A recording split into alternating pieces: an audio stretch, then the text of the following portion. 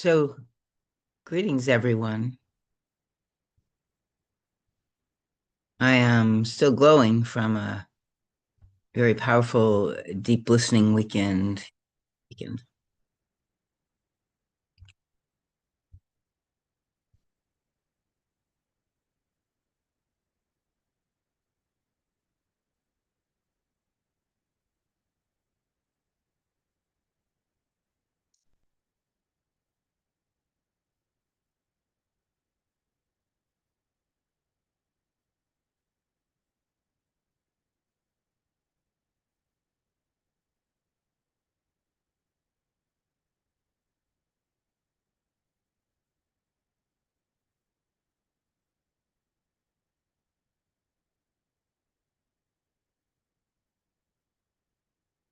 So somehow I keep stumbling on this, and I don't understand because I'll get two videos both on YouTube and on Zoom, and then I'm not sure which one I'm supposed to mute or what's really happening here. So looks like there's a kind of a lag time between Zoom and YouTube. So I will again try to clear this and hopefully can just do the program and you all are listening. If you're able to reach me in any way and you're having trouble, I'd appreciate the feedback. I just am still not at all clear how this works. So here comes Abby on there.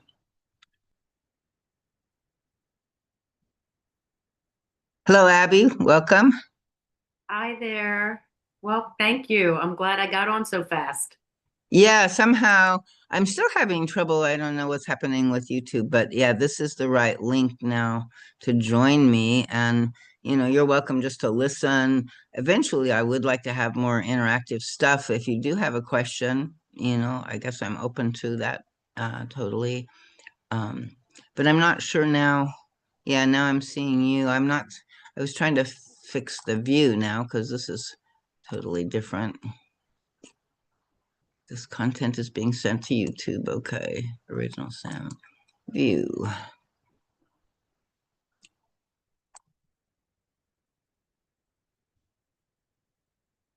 So it says speaker, but I'm seeing you rather than me. So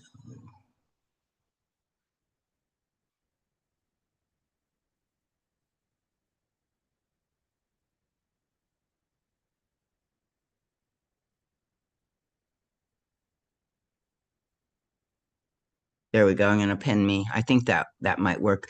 And you're happy, it's happy for you if you want to be, visually seen or if you want to, just close your visual, either whatever's comfortable for you. I like to keep So my visual open. great, I great. feel more connected somehow. Yeah, definitely, definitely. So I think I'll start again. I may just cut out some of the beginning, hopefully, that took me a while to get set up again.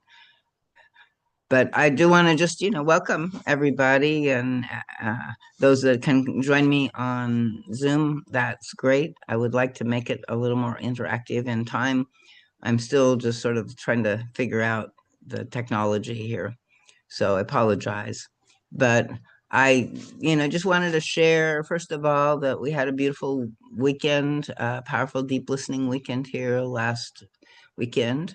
And that was a milestone for me. And I'm hoping to offer another in 2 months and that we can maybe make it ongoing. And it's very powerful when you can have a group of people working together over time. So I'll talk more about all of that later.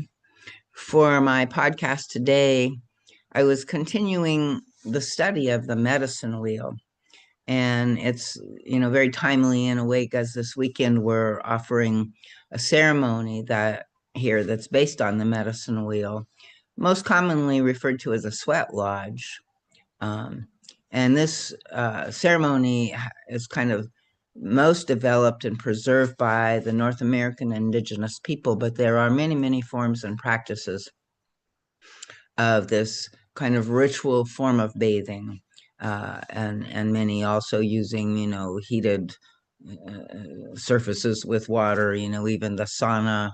I think originally was a ceremonial bath, And what happens is that in our westernization, in our development, we've disconnected again. The unitive nature of everything has been separated. And so the early peoples, they would have a bath, and it would be not just for their physical body.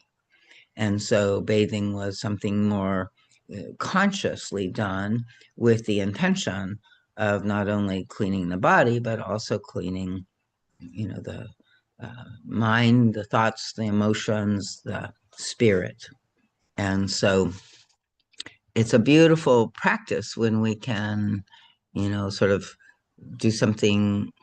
I like to do the ceremony about 4 times a year to stay current with the seasons, and it feels like it's a great practice to, uh, kind of take the accumulated uh, rust and stuff that gets stuck to us because we react to it or because we're still attracting it, that makes us heavy, that brings us into a kind of more difficult space in our life force. And we can, like, our hygiene is really about clearing that stuff as frequently as needed, and so really on a daily basis in some ways. But as we go through the seasons, it's also a beautiful thing to look back and realize where we've gone, and how that uh, journey of this year has you know kind of moved through us, and we've moved through it.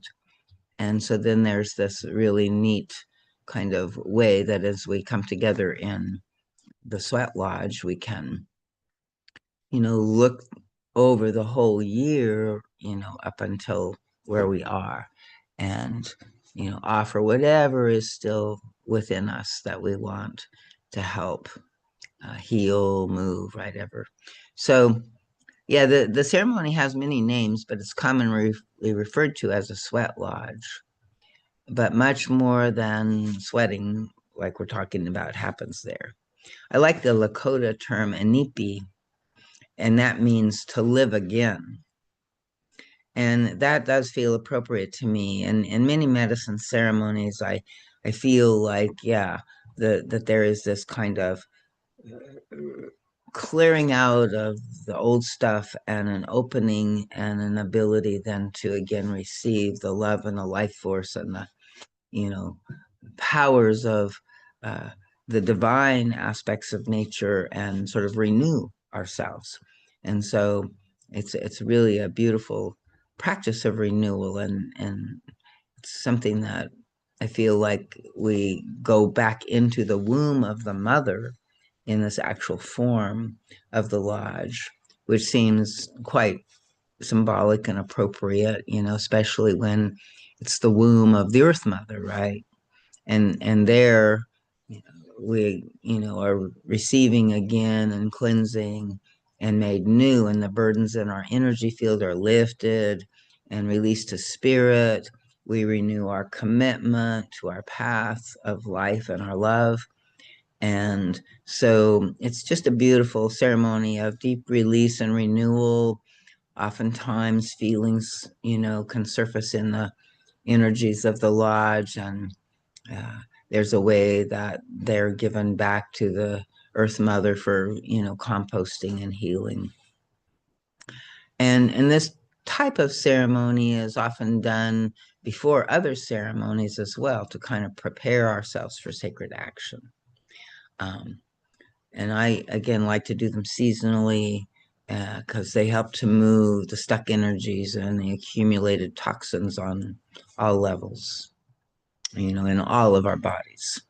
So, uh, and then during the ceremony, we are basically working with the medicine wheel, and we are honoring and remembering the medicine wheel teachings by offering songs and prayers to each of the directions. While sitting on the earth, we're sort of enclosed in a low dome-shaped structure made of woven branches, and that's covered in blankets, and this creates an enclosure like a dark womb-like space where hot stones that are heated for several hours in a big bonfire that basically represents the life force of the sun as it is released once again, from the wood of the trees. So the trees, have grown and developed from the sunlight, and then in the sacred fire that heats the stones, that same light is released and transferred. This life of heat and power that's the sun comes into the stones, and then the stones are carried into the center of the lodge. And so, after heating for several hours, during which time other preparations are made and people share and kind of stay in a contemplative space that's really beautifully held by all of nature. I love that part of the lodge as well. It's just this, being held within the womb of the forest here. And when the stones are ready and the preparations are complete, the people enter the lodge following a first stone that's actually placed there. And then once everybody is in, and we sort of go in and go around in a sunwise direction and sit on the earth, and then following that first stone, 6 more stones are brought into the lodge after everyone is settled. And then all the stones are gradually brought in over the course of the ceremony. So it's also known as a Stone People's Lodge, and the Stone People are considered the record holders of the earth, the memory keepers of the earth, the oldest of our ancestors here. And so, they are, holding all that's gone before us. And when we are sitting on the earth, we're really honoring that deep past and our ancestors that are more than our human ancestors, but also, especially in a lodge in the West, we would honor our ancestors and all that has gone before us. It's kind of understood that in the direction of the West, our ancestors, the veil kind of grows thinner. And so in the fall, also in the evening time of the day, these are times when, there's a thinning veil that allows more, connection with the realms that are beyond the 3D that we're experiencing here. So I don't know, Abby, you want to say, I can pause and if you have any questions or, want to make any comments or share anything about yourself and your journey with any of this. So, Well, I have gone to a sweat lodge once, and it's reminding me that I would love to do another one at some point. I really enjoyed it. I got really sick after it. Yeah, for about a day. Oh, I was just like, well, I guess I was just releasing all kinds of stuff. Um, but I still want to do another one. I mean, it felt good. It was like I knew the whole time I was going through the feeling terrible. Oh my gosh. Um, I knew it was good. So, yeah. yeah.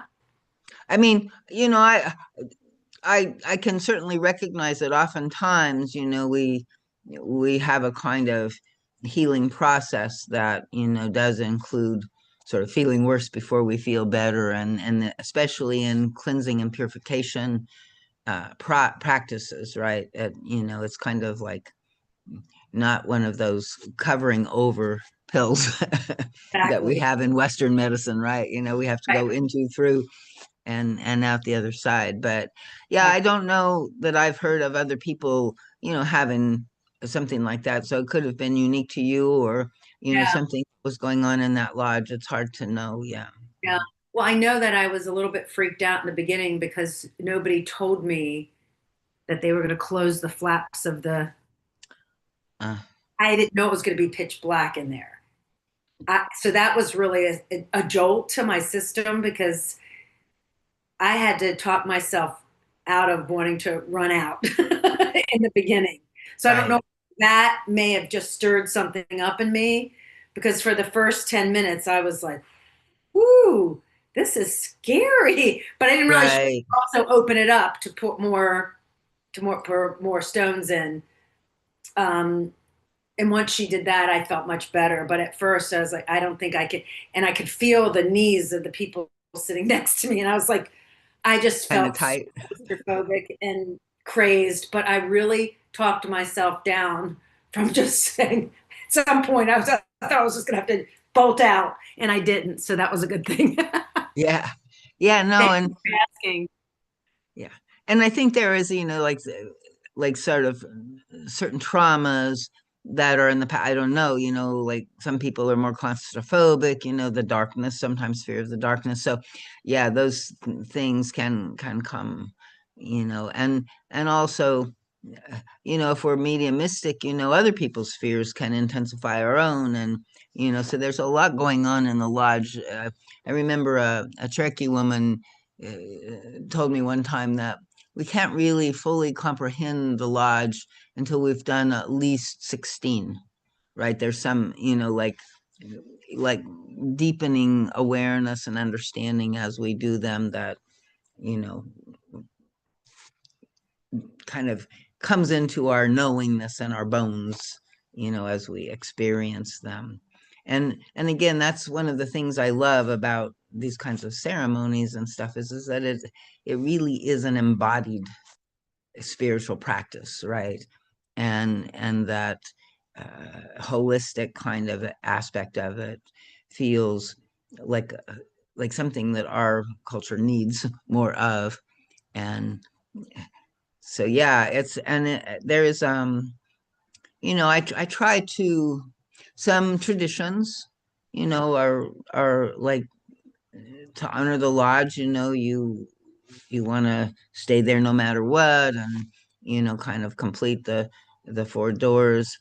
um I think it's just been in my experience, like we are just kind of so new to this, or and have so many confusions and fears of our own body, of our own feelings, of all of that, uh, that I try to give a little more leeway to people finding their own comfort and, desire to participate. So if somebody is struggling, I usually invite them to speak of it, because actually, the lodge can often bring up our fears or our feelings, and if you can get supported, you can be supported in moving through that. Like, and it sounds like that sort of happened after the door opened the next time, and stuff like that for you.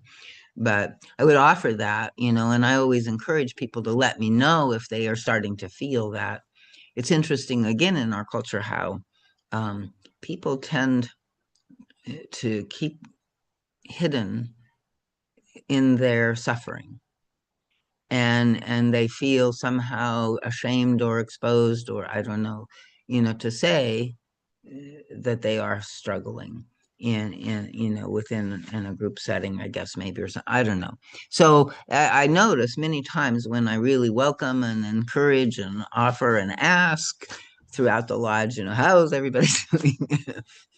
And then it'll be after the lodge when we're having our potluck meal and eating, that I'll inevitably hear that somebody was like gripping on with their fingernails, and I just kind of scratch my head. Okay. you know, it's sad to me, though, in a way that, we are so self-conscious. And, I think I remember also for myself in another kind of ceremony where it just, I didn't even understand it, but I just felt, because the ceremony was a ceremony, I had to be like this, you know, and I was not safe in my own being. So it's one of the things that we try to also teach and learn, and to let down into the earth, and to, work with our, self-acceptance and our prayers and our feeling of safety in having our feelings and that kind of thing.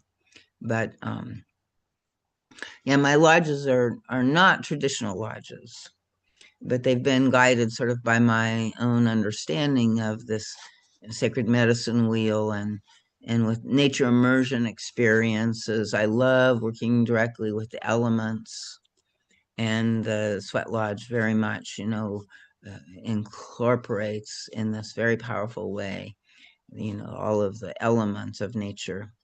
And so I do them with as much respect and appreciation for the traditions that are the root of this practice.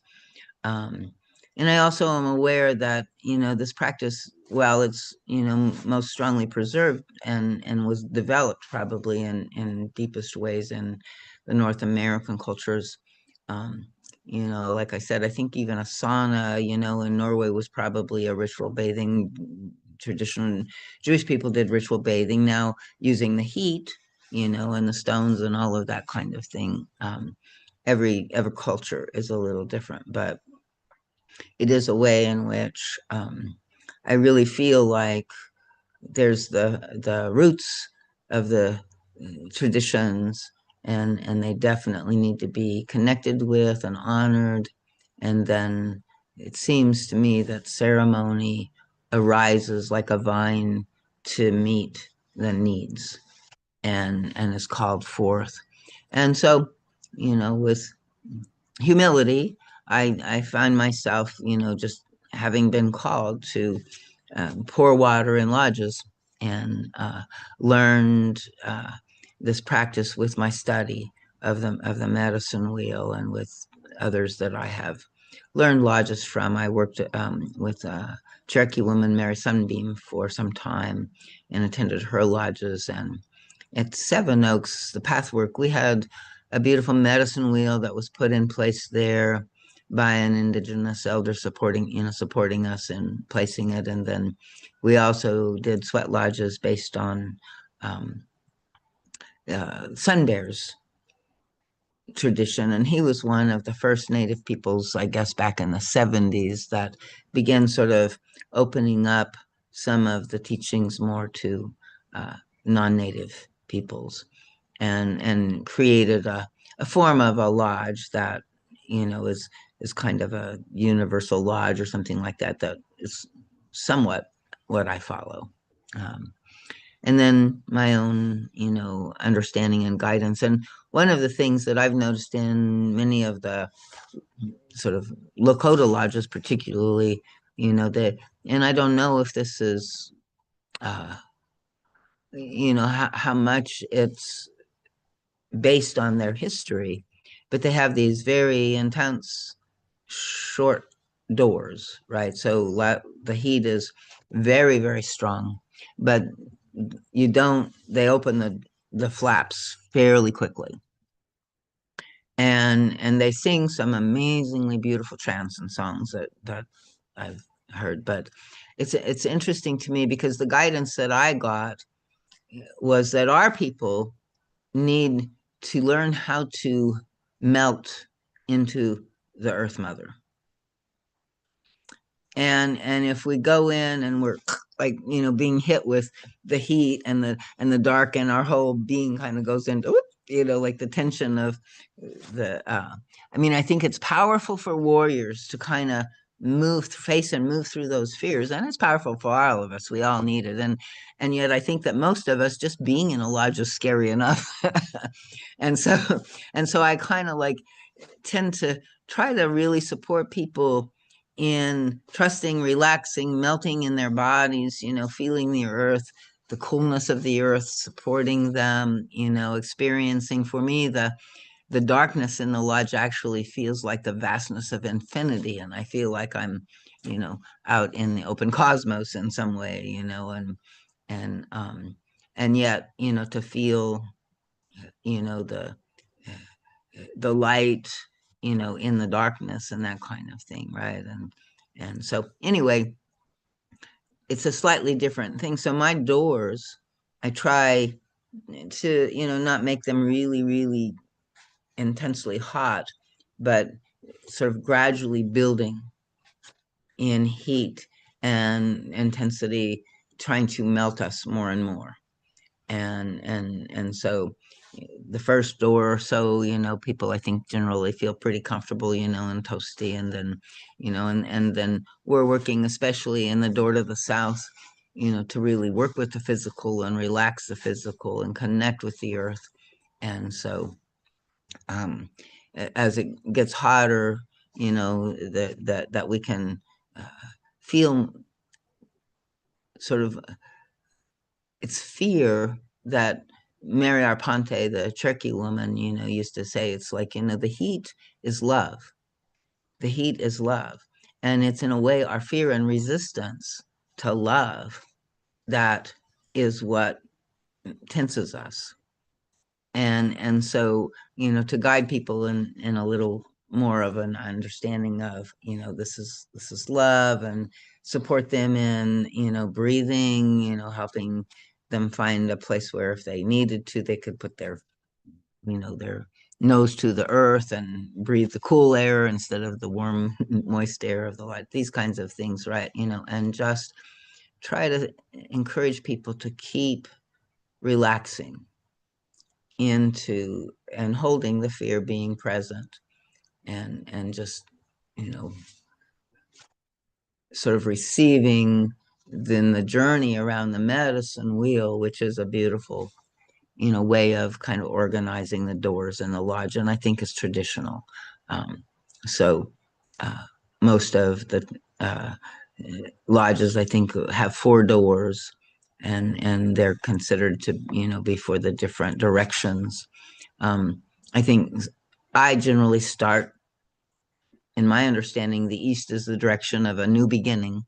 And so I generally start in the east, but I don't think that that's the way all of the native lodges are. I think some of the traditions actually begin in the west. Um, and so it's an interesting study, and I do, recommend if people can find a native lodge, to experience and understand. But for me, it was mostly this beautiful dance between the medicine wheel and the ceremony that is this, going back to, you know, be cleansed, to be healed, to be, renewed in life. And so as we do that, it kind of is like a guided journey around the medicine wheel that uh, I share, and we sing songs, we, offer prayers in orientation to the different directions. And so as the designated water pourer, I pour water on the stones and lead the songs and prayers. But people are also encouraged, if something comes to them, if they want to offer something, um, that uh, simple thing and some chance and that sort of thing is nice to happen. So it's kind of a way that we have lost our connection, and so like the ceremonies like really help, I think, renew uh, our remembrance of these deeper truths and connections to the union of all that is. So the steam, the whole ceremony is alchemical, right? And so the steam from the cool water meeting the hot stones, like, brings the lifting of the warm air into the sky, where and that carries our prayers. We understand that water is also a memory holder, a record keeper, right? Like that we imprint water with our vibrations, and so you can imagine, with that understanding, that as the water is poured on the stones, and the stones also have been prepared to hold certain aspects of the of nature, certain qualities of the direction, certain you know uh, people and aspects of nature that we want to, both. It's kind of like you bring the whole creation into the lodge, so with you. And so the idea is that you're praying with and for all creation. And so the stones like bring in all of the rest of nature as well. And, of course, the elements as well, the fire and the uh, water and that. So when you have that, there's this beautiful, alchemy then that can happen. And, then the prayers and are kind of understood to be carried by the four winds. And we're again praying for ourselves. And one of the first things that we want to pray for is our connection to spirit, because without that we can't really help anybody else. But the lodge is a lodge of service, and we are also praying for our loved ones and for the world, within the lodge. And so that also feels like a very appropriate thing to be doing in these times, and also in this time of November, with our time of Thanksgiving and our time of, really sort of reflecting back in introspection on the harvest of life that we've uh, manifested in this season. So, yeah, so the prayers are for cleansing and healing of ourselves, but also all beings. And this ceremony also helps us sort of clear out any of our own tensions, any of our own traumas, if any of our own um, sort of sense of defense and need for separation that kind of accumulates in us over time as life buffets us around, or we encounter things that kind of activate some of our old wounds or something like that. And so this ceremony really does, allow us to bring that back into the womb, kind of release it, give it over, like understand it, reconcile it, integrate it within ourselves in a healthy way, so that we don't end up accumulating a lot of it, to handle. I mean, I think when we do this, the final time might be in our, afterlife life review, right? And there's a way that this is kind of like life reviews as we go. That is a good thing, I think, for us to, like learn from and keep current a little bit more. I mean, there's always going to be things way beyond what our conscious can understand. So, but this kind of way of just holding ourselves in awareness is, and holding, that connection with awareness that is in every other thing, including stones, right? It's like it's the understanding that everything is conscious, everything is sentient, everything is being, and it has, maybe different experiences of its being and different rhythms in its being and that kind of thing, but it all has being. And so when we can, honor that, we can, really respect and try to work in harmony. So that's, I guess, another way I would think of this cleansing or this ceremonial process as a kind of reharmonizing of the things that have gotten out of harmony, a retuning of our strings in a way. So I usually do try to offer four lodges, but like recently we've had a situation where it seems to be cutting down to three. I used to do them in the early spring, but I have a neighbor now fairly close, and we do have a burn law. And so I was like, I'm realizing that I probably need to wait until later spring now before we start our first lodge. And then, so I'm kind of in this fall lodge, combining the fall, the direction of the west, and the winter, the direction of the north together. And that will allow us to it's kind of like I call it falling into winter, which is what it feels like we're doing. And and then yeah, I'm going to be doing like a little solstice breath work here as well. If you know, that's another form that's very beautiful to do, and we'll have a glow in the dark star labyrinth that we'll explore and play with. But yeah, this will kind of as our final uh, offering with this lodge for the fall.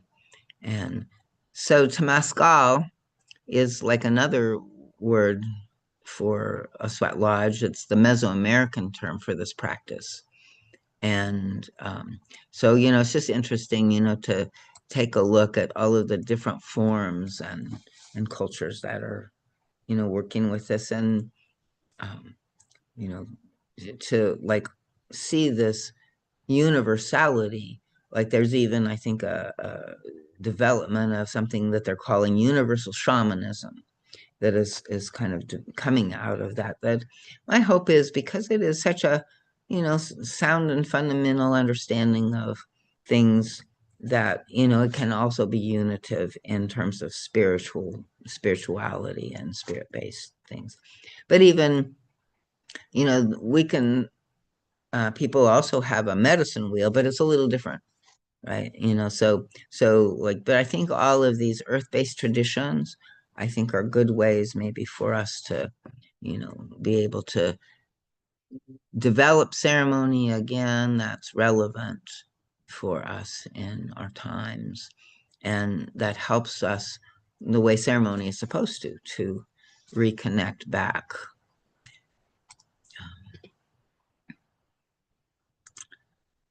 So let me speak a little bit. You know, we're here in the northwest of the medicine wheel at this time of the fall. Like the peak of fall is past, at least here. You know, my most of my leaves are down except for the ones that hang onto the beech trees and all the way until spring. And it was very, very beautiful fall colors and stuff. So there's this kind of sense that the direction of the west has two elements to it. It's like, and so in the beginning, it's like this harvest season and all of these seeds and flowers and colorful leaves, you know, that are uh, showing and everybody's busy. School is starting and we're harvesting, you know, the stock for, you know, taking stock of the year, harvesting the fruits. And so it seems like that's the beginning of the fall. And then after the actual leaves have fallen, it feels to me like the season and the energy shifts a little more. And we begin to deepen more into that, uh, going into the winter time. And there's a period of time at the very end of the fall. And again, we may not particularly appreciate the, you know, the historical understanding of the Thanksgiving holiday. But I think there's a way in which Thanksgiving during this time of the year, during this direction on the medicine wheel, is really appropriate, and also gathering kind of like for a final time in our clans and our families with our extended families to, you know, really uh, celebrate, to see each other before we kind of go back into our individual homes and kind of hunker down for the winter. Now it's I think sad in our culture really that winter is just as frenetic and busy and and people have to go to work and snowstorms, and I mean, you know, it's kind of like crazy, right? You know, and so I'm a big advocate when we can, and I understand because it also affects me. I can't always slow down as much as I would like, but I especially like the period of time sort of during the holiday season, especially like say from solstice, winter solstice until um, you know, January 1st, a couple of weeks in there, you know, if you can, and you're not too involved in the holidays, or you can kind of make that a beautiful, rich, enjoyable time and not too much, you know, trying to make it all perfect and busy activity time. that, that's a really good time, or maybe even right after the first of the year, like just at least take a couple of weeks. And I'm gonna, I think, have a little hibernaculum retreat also in February, midwinter kind of time. But it's good for us to just go in. I love this idea that we're just like still as a seed, deep down in the belly of the night, to dream sweet winter dreams.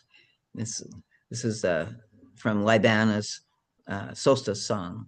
Lie still, in your grandmother's arms, still as a seed. So, it's a beautiful little round, and we'll probably be singing it this season. But we all really do need to take a pause and let ourselves kind of dissolve into the support of the Mother Earth. So again, our sweat lodge will help us, do that a little bit. But if you can do some more of it as we move into the winter time. And so, as we want to, also use this time in the West, that it's oftentimes there where there's these unexpected twists of fate, and maybe some reaping of some difficulties as well in the harvest. And so it's important, to realize that, there's sometimes squeezes and passages that are also connected with this direction of the West. It's a time of responsibility, right? Of getting prepared for the winter months, which means harvesting, setting aside our stores for the winter, and then the seed corn for the spring.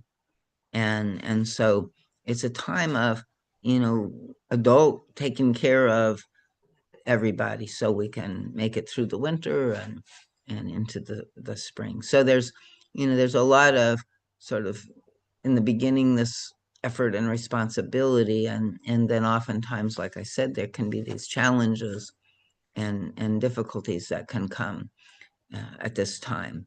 And so fall is a time to like really learn these deep lessons of being with what is here. Like in the South, in the summer is the here now present. And now, like somehow we're coming into a presencing in the West where we can be with ourselves and sort of not just unconsciously in the being space. But now we have a little more self-reflection. And so each of the directions has a way of seeing.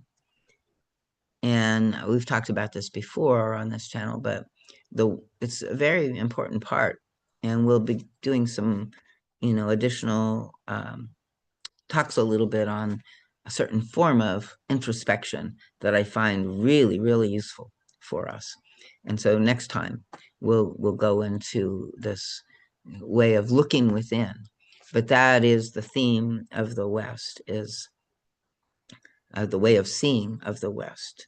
So it's looking back into the past, and noticing how we feel about our experiences. And where we have unintegrated, unresolved, uncomfortable feelings, that's a part of this work of the West, of seeing what really still remains to be digested and transformed into healthy food for our soul, rather than leaving it sort of unresolved and in conflict and kind of helping tear us apart in various ways, subtly, unconsciously. Or it'll get projected out into the world, and then we'll, act it out in the world.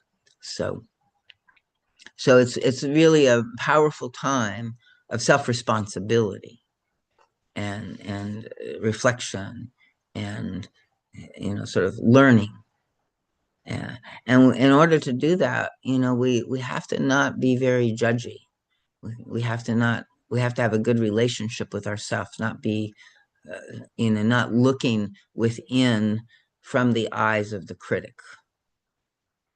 Because when we do that, which most of us do, and as part of I think big problem that we have, and it's not easy to change because we've been kind of conditioned to be that way, but we have to begin to understand that there is another part of us that can observe ourselves in openness and curiosity and compassion, and to integrate and acknowledge all of the different parts of us without any judgment is really the best way that nature naturally can change, right? We get stuck and we try to fix ourselves, and then we get stuck in that, because what nature really needs is for us just to allow everything to be as it is, and it will naturally transform itself. But when we turn to it and try to control it or make it go away, or like, then we get kind of like stuck in a wrestling match with it. So we'll be talking a little bit more about that in our next one.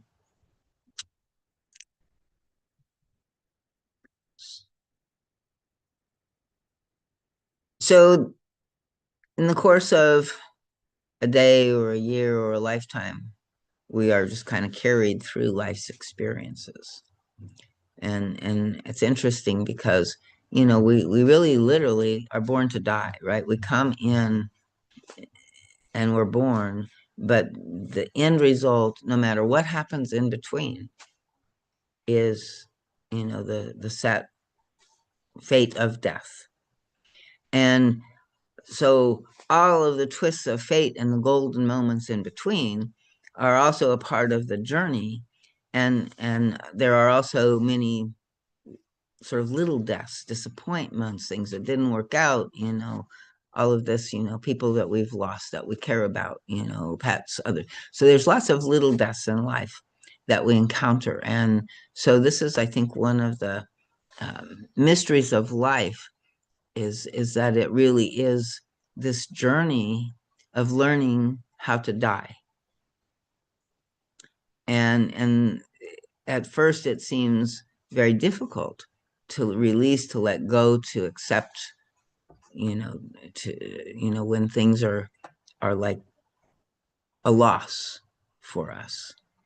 And that's the other issue, is that in our culture, because we have kind of denied this aspect of the medicine wheel for so long, we want to stay in the east and the south. We don't want to go to the west and the north.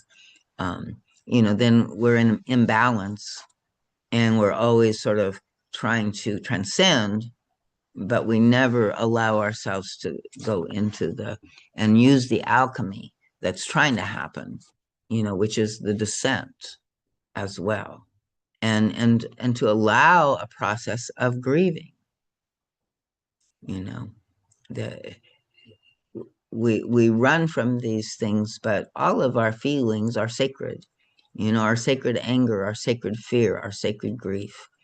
And there's a way in which I think if we approach them,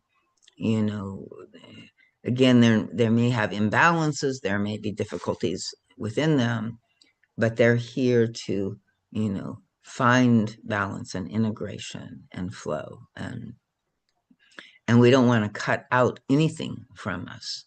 Again, we want to embrace the whole of everything around us and within us.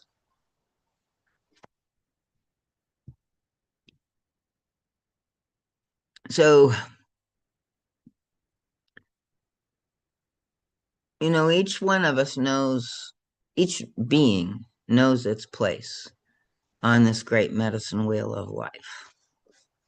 And the medicine wheel itself is a mandala of everything, right?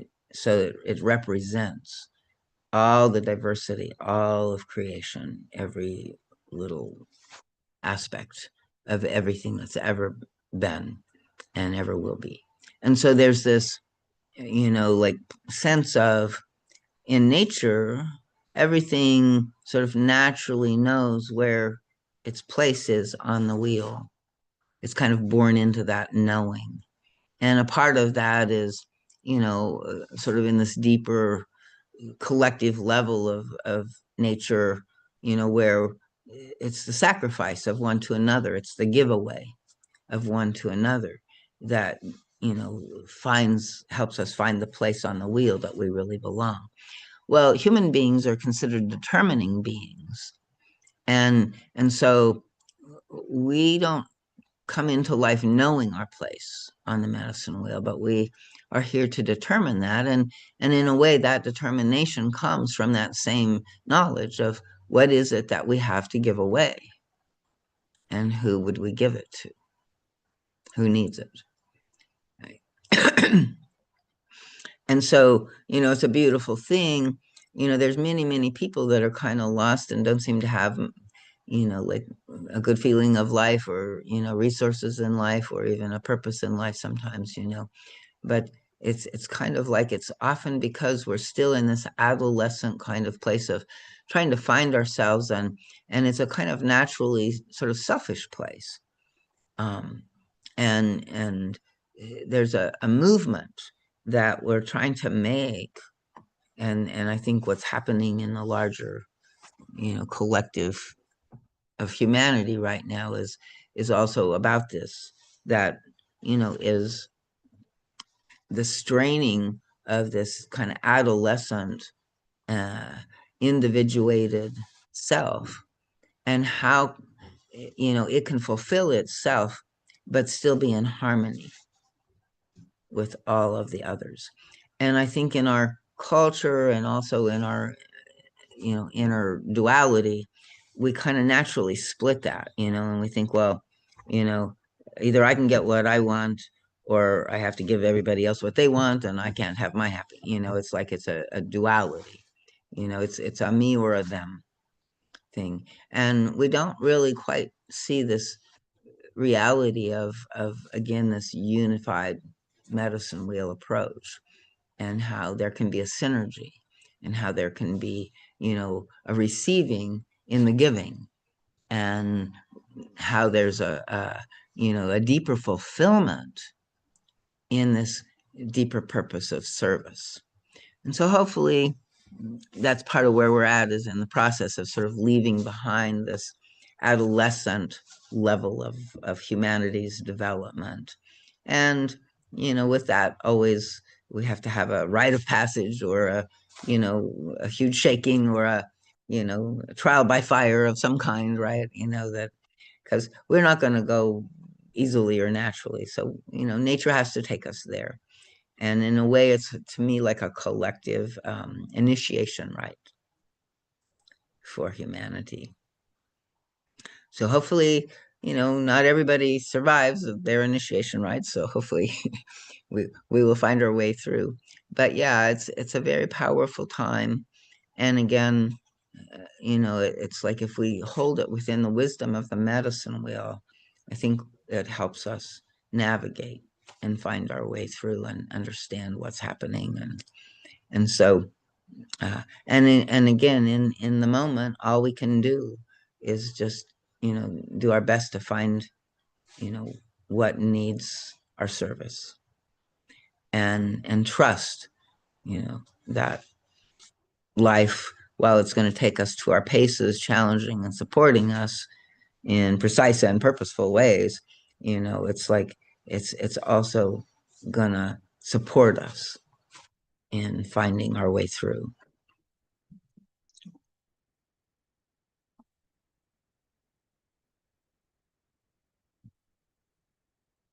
Any comments, questions, or anything?